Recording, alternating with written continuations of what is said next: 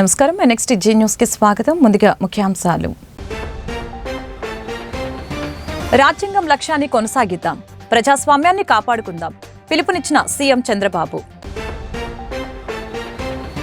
ప్రతి ఒక్కరికి రక్షిత మంచినీరు, క్షేత్రస్థాయిలో పక్కా ప్రణాళికలు కేంద్ర మంత్రుల్ని కలిసిన పవన్ కళ్యాణ్. ఏపీకి భారీ వర్ష సూచన, అన్ని పోర్టుల్లో 1వ నెంబర్ ప్రమాద హెచ్చరిక, అప్రమత్తమైన అధికార సిబ్బంది. రాజ్యాంగేతర శక్తిగా కూటమి సర్కార్, రెడ్ బుక్ రాజ్యాంగాన్ని నడిపిస్తున్న నారా లోకేష్ ఆరోపించిన అంబటి రాంబాబు. విద్యుత్ శాఖపై సచివాలయంలో రాష్ట్ర ముఖ్యమంత్రి చంద్రబాబు నాయుడు సమీక్ష నిర్వహించారు. రాష్ట్రంలో సౌర విద్యుత్ ఉత్పత్తిని ప్రోత్సహించే విషయంలో చేపట్టిన కార్యక్రమంపై సీఎం చంద్రబాబు అధికారులతో చర్చించారు. పీఎం సూర్యఘర్ ప్రభుత్వ కార్యాలయాల్లో సోలార్ విద్యుత్ పరికరాల ఏర్పాట్లపై సమీక్షించారు.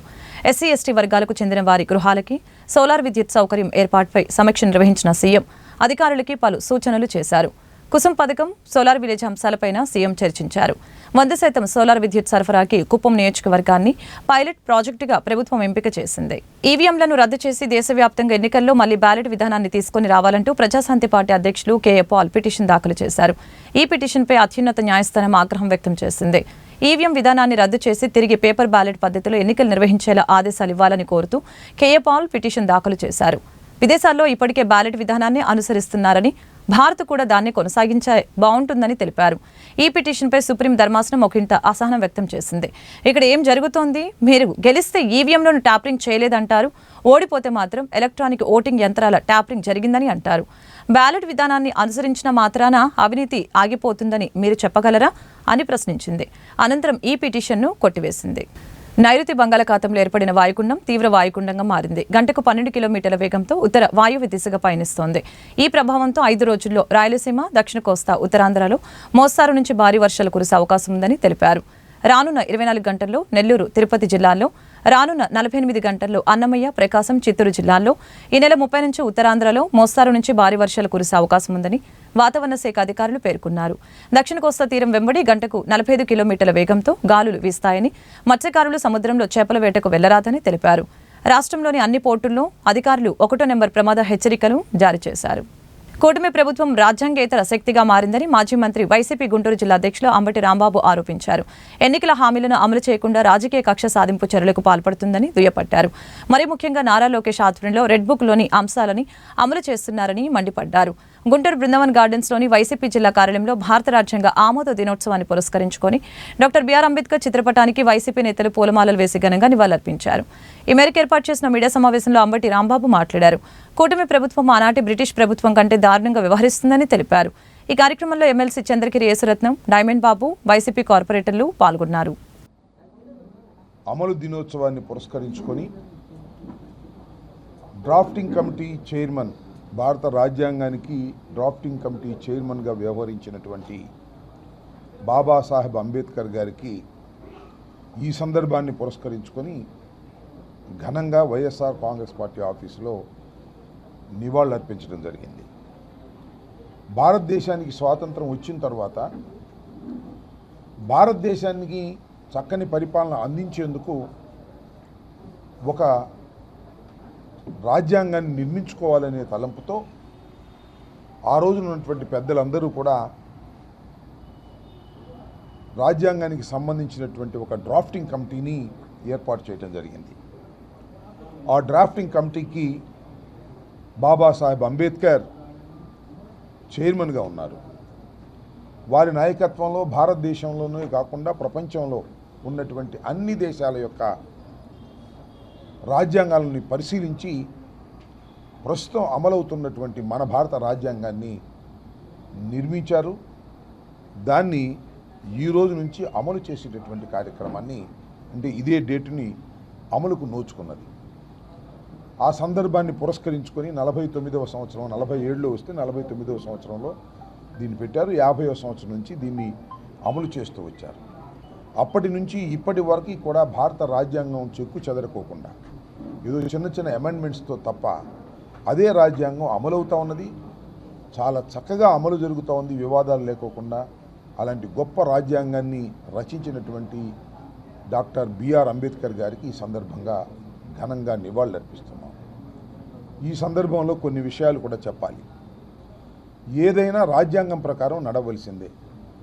న్యాయ వ్యవస్థ కానీ, పొలిటికల్ వ్యవస్థ కానీ, ఎగ్జిక్యూటివ్ కానీ, ఫోర్త్ ఎస్టేట్గా ఉన్నటువంటి ప్రెస్ కానీ, ఇవన్నీ కూడా రాజ్యాంగ పరిధుల్లోనే వారి వారి విధులను నిర్వహిస్తూ ఉంటారు.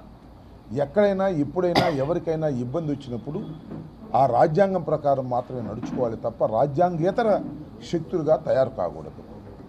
దురదృష్టం ఏమిటంటే ఇవాళ రాష్ట్రంలో నూతనంగా ఏర్పడినటువంటి ప్రభుత్వం రాజ్యాంగేతర శక్తిగా ఏర్పడి రాజ్యాంగాన్ని పక్కకు పెట్టి, రూల్స్ పక్కకు పెట్టి, చట్టాలను పక్కకు పెట్టి కక్ష సాధింపులుగా తయారవటం చాలా దురదృష్టకరమని మనవి చేస్తున్నాం. భారతదేశం ప్రపంచంలోనే అతిపెద్ద ప్రజాస్వామ్య దేశంగా పరిడివిల్లుతుంటే దానికి కారణం అంబేద్కర్ రూపొందించిన రాజ్యాంగమేనని డీసీసీ అధ్యక్షులు చిలక విజయ్ కుమార్, మాజీ ఎమ్మెల్యే షేక్ మస్తాన్ వలి, డాక్టర్ జాన్ బాబు వ్యాఖ్యానించారు. మోడీ ప్రభుత్వం భారత రాజ్యాంగాన్ని బలహీనపరిచిందని విమర్శించారు. మొన్నటిదాకా ఏపీలో రాజారెడ్డి రాజ్యాంగం నడిస్తే నేడు రెడ్ బుక్ రాజ్యాంగం నడుస్తుందని తెలిపారు. గుంటూరు కాంగ్రెస్ పార్టీ జిల్లా కార్యాలయంలో భారత రాజ్యాంగ ఆమోద దినోత్సవ కార్యక్రమం మంగళవారం జరిగింది. ఈ సందర్భంగా భారత రాజ్యాంగ నిర్మాత డాక్టర్ బిఆర్ అంబేద్కర్ చిత్రపటానికి కాంగ్రెస్ పార్టీ నాయకులు పూలమాలలు వేసి నివాళులర్పించారు.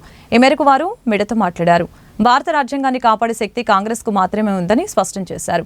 సమావేశంలో కాంగ్రెస్ పార్టీ నాయకులు మాజీ ఎమ్మెల్యే లింగంశెట్టి ఈశ్వరరావు, బిల్లా సునీల్, సుధీర్ బాబు, గడ్డం పాల్, ఎస్ఎం ఖలీల్ తదితరులు పాల్గొన్నారు. ప్రజాస్వామ్యమైన భారతదేశానికి ప్రపంచంలోనే అత్యంత ప్రజాదరణ కలిగినటువంటి ప్రజాస్వామ్యానికి బాబాసాహెబ్ అంబేద్కర్ గారి అధ్యక్షతన ఒక రాజ్యాంగం 75 సంవత్సరాలు పూర్తి చేసుకున్న సందర్భంగా ఇవాళ దేశవ్యాప్తంగా రాజ్యాంగ దినోత్సవాన్ని జరుపుకునేటటువంటి ఆలోచన. ఇవాళ అదే రాజ్యాంగాన్ని మరి దేశంలో ఎంతమందికి ఈ రాజ్యాంగం గురించి తెలుసో తెలియదు, నాకు తెలియదు. కానీ కొన్ని దుర్మార్గ శక్తులు అయితే రాజ్యాంగాన్ని బలహీనపరచాలనేటటువంటి ప్రయత్నం చేస్తూ ఉన్నారు. రాజ్యాంగం భారతదేశ ప్రజానికాన్ని కాపాడటానికి, ప్రజలందరూ కూడా సమయానుకూలంగా నిద్రపోయినప్పటికి కూడా వాళ్ళకి రాజ్యాంగం గురించి తెలిసినా తెలియకపోయినా కూడా ఈ రాజ్యాంగం అనేటటువంటి భారతదేశంలో ప్రతి పౌరుని కూడా కాపాడేటటువంటి శక్తి కలిగినటువంటిది భారతదేశ రాజ్యాంగం. భారతదేశ రాజ్యాంగంలో ఉన్నటువంటి ప్రియాంబుల్ పీఠికను కూడా కొన్ని దుర్మార్గ శక్తులు గడిచిన 7-8 సంవత్సరాలుగా మార్చాలనేటటువంటి ప్రయత్నం. సెక్యులర్ సమానత్వం అంటే లౌకికవాదం, దేశంలో సమానత్వం పదాలను తీసివేయాలనేటటువంటి ద్వారాగా పోరాటం జరుపుతూ ఆ పార్టీకి సంబంధించినటువంటి నాయకుడు సుప్రీంకోర్టు దాకా కూడా వెళ్ళి లౌకికవాదం, సమానత్వం అనే పదాలను తీసేయాలి ఆ పీఠికలో నుంచి అనేటటువంటి మాట అంటున్నారంటే ఈ రాజ్యాంగాన్ని ఎంత అపహాస్య పాలు చేయాలనేటటువంటి ప్రయత్నం చేస్తున్నారో ఒకసారి భారత జాతి ఆలోచించాలి. అందుకోసమే రాహుల్ గాంధీ గారు నిరంతరం ఎన్నికల్లో గెలిచినా ఓడిపోయినా రాజ్యాంగాన్ని పట్టుకొని ఈ రాజ్యాంగమే భారతదేశాన్ని కాపాడుతుంది, అది రాజ్యాంగాన్ని వ్యతిరేకించేటటువంటి మాట. అట్లానే ఏక్ హైతో సేఫ్ హై, ఈ దేశంలో రాజ్యాంగం ఒక్కటే అటువంటి పరిస్థితి కల్పించింది తప్ప ఇంకోటి ఏది కాదు. అటువంటి రాజ్యాంగాన్ని బలహీనపరిచేటటువంటి ఈ శక్తులకి బుద్ధి రావాలి అంటే ప్రతి పౌరుడు కూడా ఈ రాజ్యాంగ విలువలను కాపాడుకునే విధంగా ముందుకు పోవాలని. అతిపెద్ద ప్రజాస్వామ్యం ఉందంటే ఆయన చొరవ, అటువంటి మహానేత, మహానాయకుడు, మరి మహామనిషి, దేశానికి కావలసిన ప్రణాళికలు ఏమి కావాలని మరి అందజేసిన అటువంటి వ్యక్తిని గుర్తు చేసుకోవటం, రాజ్యాంగాన్ని గుర్తు చేసుకోవటం మరి శుభపరిణామం.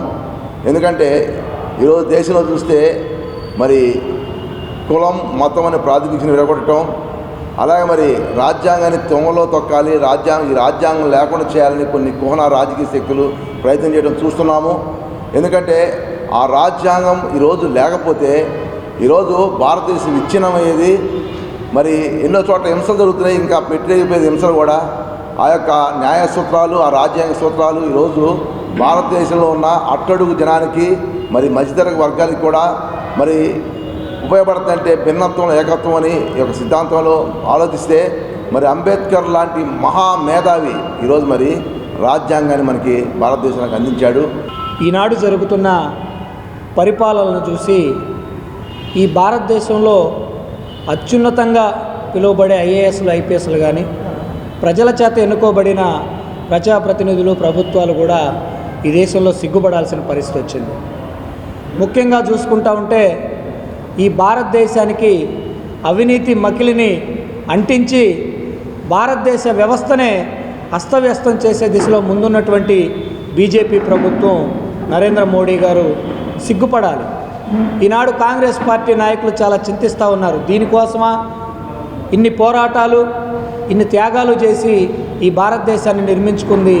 మరి అంబేద్కర్ గారు వారి కుటుంబాన్ని కూడా కోల్పోయి ఈ రాజ్యాంగ పీఠికను తయారు చేసిందని సిగ్గుపడతా ఉన్నాం.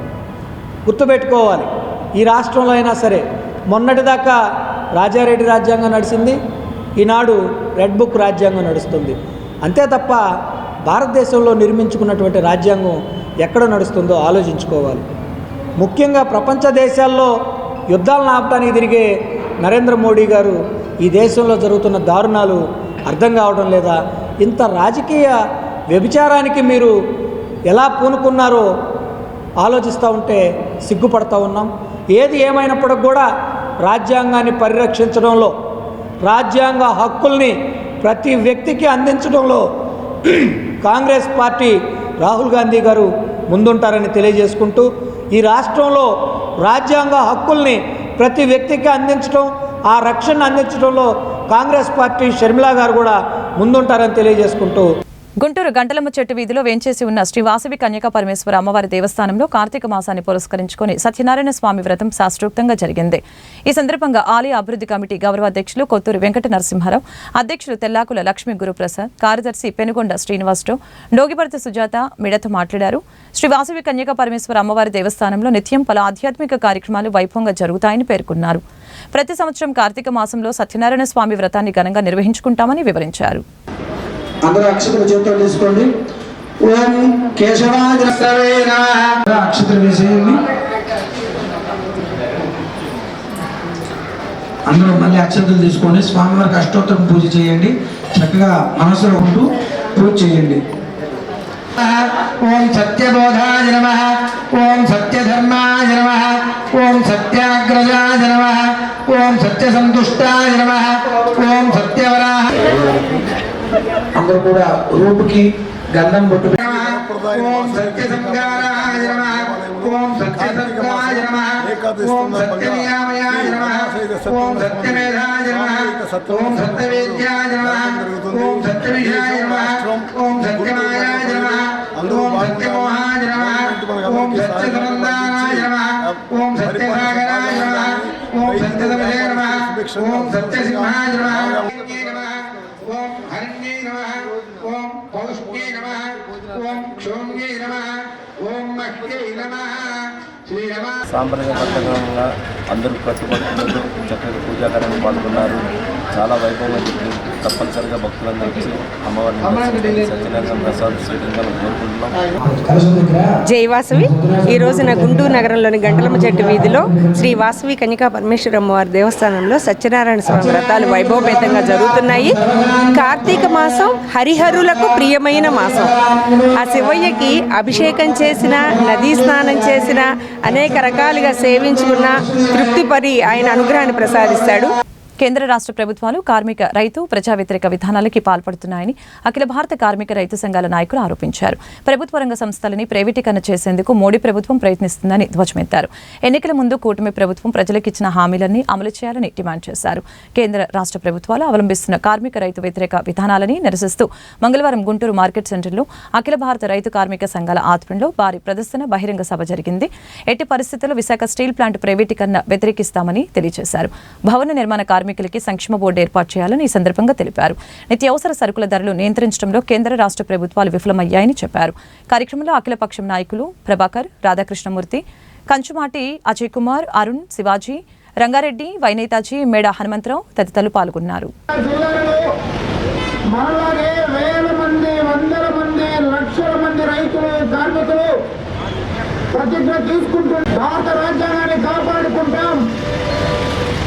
మనమోగల నుండి, మధుర్మాల నుండి కాపాడుకుంటామని చెప్పేసి కనీసం 2 పూట్ల తిండి తినలేని దౌర్భాగ్యకరమైనటువంటి కార్మిక చట్టాన్ని తెచ్చిన నరేంద్ర మోడీ 4 లేబర్ కోడ్లకి మనం వ్యతిరేకం. అలాగే ఆరుగాలం పొలంలో శ్రమ చేసి తీరా పంట చేతికొచ్చేటప్పటికే అప్పుల పాలై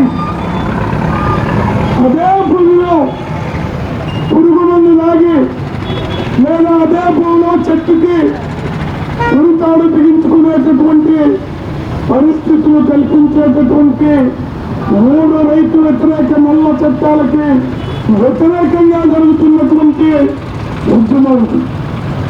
అంతేకాకుండా 32 మంది విద్యార్థులు ప్రాణం బలిదానం చేసి అమరులై 72 మంది వామపక్ష ఎమ్మెల్యేలు ఎంపీలు పదవి త్యాగాలు చేసి రాష్ట్రమంతా ఉవ్వెత్తున ఉద్యమం జరిగి లాఠీలు నెత్తి మీద పగిలిన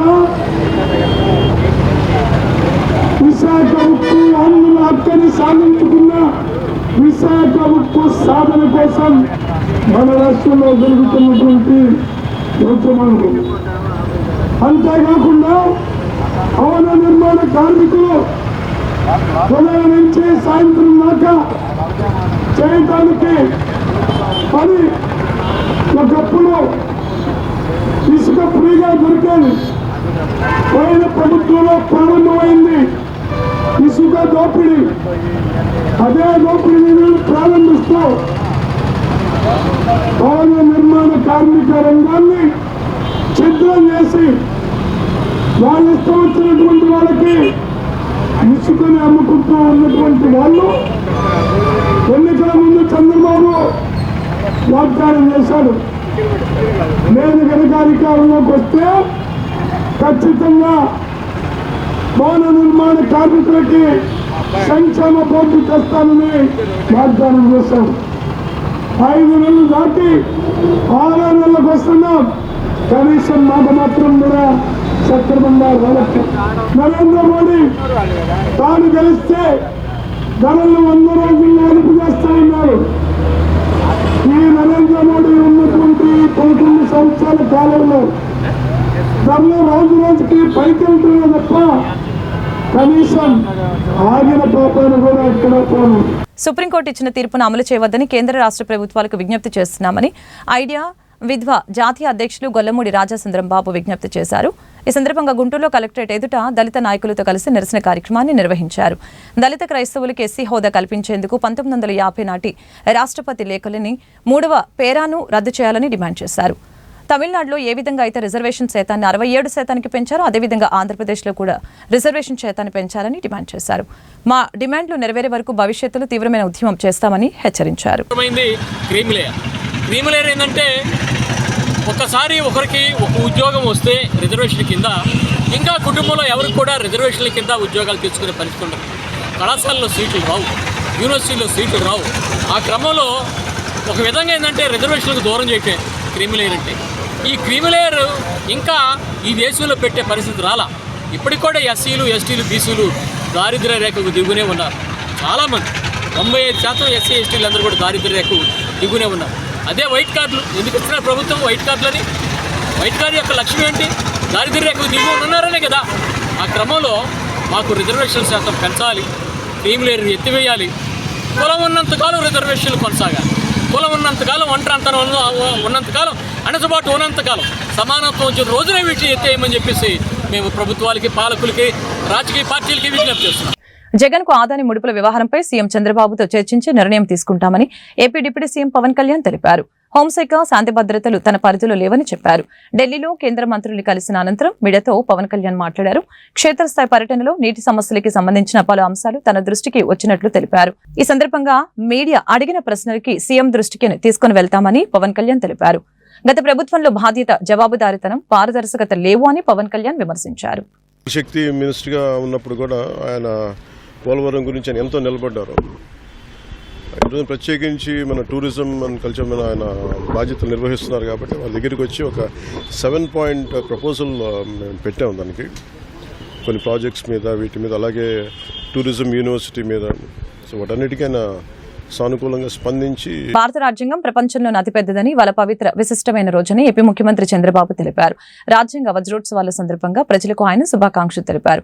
భవిష్యత్తులో ఎదురయ్యే సవాళ్లను ఊహించి రాజ్యాంగం రచించారు. రాజ్యాంగ పరిషత్తులో తెలుగు వాళ్ళు ప్రధాన పాత్ర పోషించారని తెలిపారు. ఓటు హక్కు ద్వారా రాజ్యాంగాన్ని కాపాడుకోగలుగుతున్నాం. దీనిని దుర్వినియోగం చేసిన నేతలకి ఓటు ద్వారా ప్రజలు బుద్ధి చెప్తున్నారు. ప్రాథమిక హక్కులను కూడా గతంలో ఎలా కాలరాశారో చూశారని తెలిపారు. చూసాం. అధికార దుర్వినియోగం చేయడం రాజ్యాంగ ఉల్లంఘనే. రాజ్యాంగం ఇచ్చిన అధికారాన్ని ప్రజల కోసం ఉపయోగించాలని చంద్రబాబు పేర్కొన్నారు. అదే రాజ్యాంగంలో ఒక బలమైన శక్తి అని చెప్పి కూడా నేను మీకు తెలియజేస్తున్నా. ఇందులో అనేక సమస్యలకి పరిష్కారం చూపించారు. అదే సమయంలో ఇప్పటికే మీరు ఒక్కసారి చూస్తే అనేక సవాళ్లు కూడా వచ్చాయి. ఎమర్జెన్సీ లాంటి చీకటి రోజులు కూడా వచ్చాయి. అదే మరిగా లాస్ట్ 5 years లో మన రాష్ట్రంలో కూడా మన సమస్యలు చూసాం. నేను ఎప్పుడు 45 ఏళ్లుగా రాజకీయాల్లో ఉన్నా, అవినీతిని చూసా, అసమర్థను చూసా, ప్రోగ్రెసివ్ పాలిటిక్స్ చూసా. అదే మరి కొంతమంది ట్రెడిషనల్ పాలిటిక్స్ చేస్తూ వచ్చారు. కానీ ఇలాంటి రాజ్యాంగాన్ని తమ చేతుల్లోకి తీసుకొని ఏ విధంగా ప్రాథమిక హక్కులను కూడా పూర్తిగా కాలరాశారో మనం చూసాం. అంటే ఒక్కోసారి రాజ్యాంగంలో కూడా కొన్ని కాస్ట్లీ మిస్టేక్స్ జరుగుతూ ఉంటాయి. మామూలు మిస్టేక్స్ కాదు. కానీ ఆ సఫరింగ్ కూడా కొన్ని తరాలు, కొన్ని డికేట్స్ సఫర్ అయ్యే పరిస్థితి వస్తుంది. అయితే అల్టిమేట్గా ఎవరైనా సరే రాజ్యాంగాన్ని అతిక్రమించిన, రాజ్యాంగ స్ఫూర్తికి వ్యతిరేకంగా పనిచేసిన, నేను 2 words వాడుతున్నా. ఒక అవినీతి చేయడం మన బాధ్యతను మనం ఉల్లంఘించినట్టు అవుతుంది. అధికార దుర్వినియోగం చేయడం కూడా రాజ్యాంగ ఉల్లంఘనే. రాజ్యాంగం ఒక పవిత్రమైన ఆశయంతో మనకు ఒక బాధ్యత ఇస్తే, సమాజంలో ఒక గౌరవాన్ని, గుర్తింపునిస్తే, ఆ గుర్తింపుని ప్రజల కోసం మనం ఉపయోగించాలి తప్ప మన స్వార్థం కోసమో మన ఎగోతోనో మనం చేస్తే అది కూడా తీవ్రమైన నష్టాలు జరుగుతుంది. అందుకని ఇలాంటి రాజ్యాంగ దినోత్సవాన్ని మనం జరుపుకుంటూ ఆ స్ఫూర్తిని ప్రజలకు నింపుతూ ఎప్పటికప్పుడు ఇవన్నీ గుర్తు చేసుకుంటూ నెమరు వేసుకుంటూ మన రాజ్యాంగం కోసం, స్వాతంత్రం కోసం పోరాడిన వ్యక్తులకి నివాళులర్పిస్తూ అదే సమయంలో మనం ఏ విధంగా చేయాలనో మనం ముందుకు పోవాల్సిన అవసరం ఉంది. పోయిన 5 సంవత్సరాలు కూడా ఎందుకు చెప్తున్నానంటే నేను మర్చిపోదాం అనుకుంటున్నాను, కానీ గుర్తుండాల్సిన అవసరం ఉంది. వ్యవస్థలన్నీ పూర్తి కూడా ఇప్పటికీ నేను 4వసారి ముఖ్యమంత్రి అయినా ఇప్పటికి కూడా నాకు ఇంకా పూర్తిగా విధ్వంసానికి గురైనటువంటి వ్యవస్థల్ని రివైవ్ చేయడం ఇంకా టైం తీసుకునే పరిస్థితి వస్తూ ఉంది. ఇంకొక పక్క ప్రజల హక్కుగా తెలుసుకునే ప్రభుత్వ నిర్ణయాలను కూడా రహస్యంగా దాచిపెట్టడం, జీవోలు ప్రజల కోసం ఆన్లైన్లో పెట్టే విధానానికి మంగళం పలకడం, అవన్నీ కూడా ఈరోజు మళ్ళీ ఆన్లైన్లో పెట్టే పరిస్థితికి వచ్చాం. ఇంకొక పక్కన నేను చాలాసార్లు 45 సంవత్సరాలుగా చూశాను. మంత్రి నారా లోకేష్ ప్రజలందరికీ శుభాకాంక్షలు తెలిపారు. ప్రపంచంలోనే అతిపెద్ద ప్రజాస్వామ్యం ఉన్న మన దేశంలో భిన్నత్వంలో ఏకత్వం, ప్రజల హక్కుల పరిరక్షణ, ప్రజాస్వామ్య స్ఫూర్తిని కాపాడటంలో భారత రాజ్యాంగానిదే కీలక పాత్ర అని కొనియాడారు. రాజ్యాంగం అమల్లోకి వచ్చి 75వ వసంతంలోకి అడుగు పెడుతున్న శుభ సందర్భంలో రాజ్యాంగ నిర్మాతలైన అంబేద్కర్, న్యాయ కోవిదులు, రాజ్యాంగ నిపుణులు, స్వాతంత్ర సమరయోధుల సేవలను స్మరించుకోవటం మన కర్తవ్యమని లోకేష్ పిలుపునిచ్చారు. గౌరవ ముఖ్యమంత్రి వర్యులు చంద్రబాబు నాయుడు గారికి, సహచార మంత్రులు, అధికారులందరికీ నా హృదయపూర్వక నమస్కారాలు. 75వ రాజ్యాంగ దినోత్సవ శుభాకాంక్షలు. ఎంతోమంది త్యాగాల ఫలితం స్వాతంత్రం. కానీ ప్రజలకి నిజమైన స్వాతంత్రం వచ్చింది మాత్రం నవంబర్ 26, 1950లో. రాజ్యాంగం అమలైన తర్వాతనే అందరూ సమానం అనే భావన వచ్చింది. మాట్లాడే హక్కు వచ్చింది, ప్రశ్నించే ధైర్యం వచ్చింది. స్వేచ్ఛ, సమానత్వం, సోదరభావం అందరికీ అందించారు. మనతో పాటు అనేక దేశాలకి స్వాతంత్రం వచ్చింది. కానీ ఈరోజు మనం చూస్తే వాళ్ళందరూ ఒక సంక్షోభంలో ఉన్నారు. కానీ భారతదేశమే ఒక సూపర్ పవర్ ఎదిగింది. దానికి కారణం మన రాజ్యాంగం. అనేక కులాలు, భాషలు, ప్రాంతాలు ఎన్నో సంక్షోభాలు ఎదుర్కొన్న ఈరోజు మనందరం ఒకే దేశంగా నిలబడ్డామంటే దాని గొప్పతనం మన రాజ్యాంగం. ఈ సందర్భంగా రాజ్యాంగం రూపకర్తను మనం స్మరించుకోవాల్సిన అవసరం ఉంది. రాజ్యాంగం కమిటీ అధ్యక్షుడిగా డాక్టర్ బిఆర్ అంబేద్కర్ గారు చేసిన కృషి ఒక చరిత్ర. సామాన్య దళిత కుటుంబంలో పుట్టి దేశానికి స్వేచ్ఛ, ప్రజలకి ప్రాథమిక హక్కులు, రక్షణ కల్పించిన గొప్ప వ్యక్తి డాక్టర్ బిఆర్ అంబేద్కర్ గారు. తిరుమల శ్రీవారి హుండీలో నగదు చోరీ జరిగింది. ఈ నెల 23న మధ్యాహ్నం 2 గంటలకి జరిగిన ఘటన ఆలస్యంగా వెలుగులోకి వచ్చింది.